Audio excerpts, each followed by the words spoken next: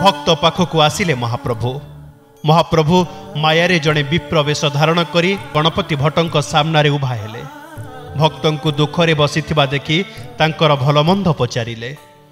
भरोसा पाई निज संशय जणाइले गणपति। ब्रह्म पुराण रे लेखा अछि, नीलगिरी रे नीलकंदर रे स्थूल ब्रह्म विराजमान करिछंती, जहांक दर्शन कले जीवनर सबु दुख पाप ताप दूर हो जाए, मुक्ति मिल जाए। हेले अन्य भक्तंकु देखि संदेह हेउछि ब्रह्म एठी नाहंती। एकथा सुनी विप्र वेशरे थिबा महाप्रभु कहिले, ब्रह्म हेउछंती कल्पतरु।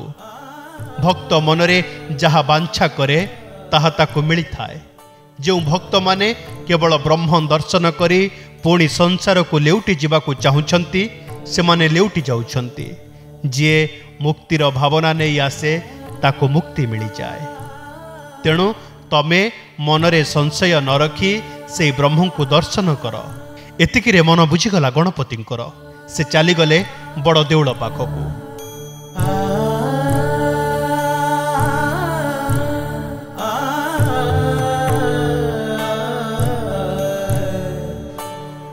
सौभाग्य को से दिन थिला देवस्नान पूर्णिमा। बड़ देउलरू बाहरी दियो माने स्नान मंडप रे विराजमान करिथांती। एही दृश्य को वर्णना करी निज रचित दार्ढ्यता भक्ति रे लिखिछंती भक्त रामदास।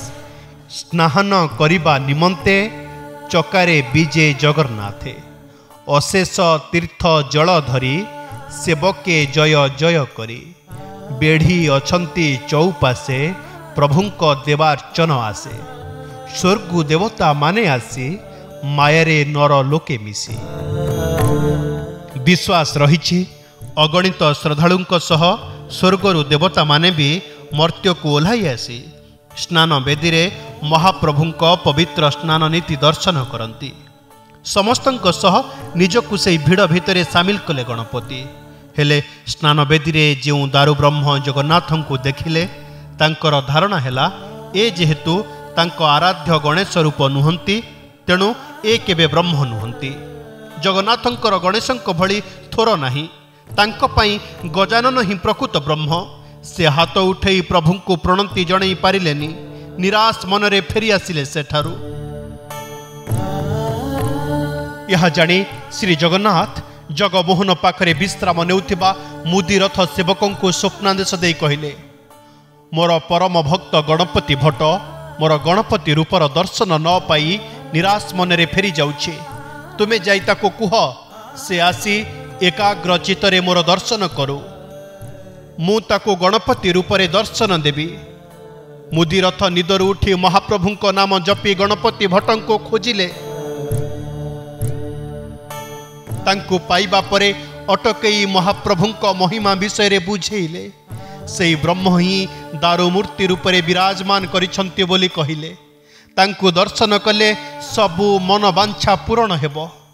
गणपति किंतु आउ सुनिबा अवस्था नथिले। से ओलोटा तांको ब्रह्म नारे मिछ कथा न कहिबाकू तागीद कले।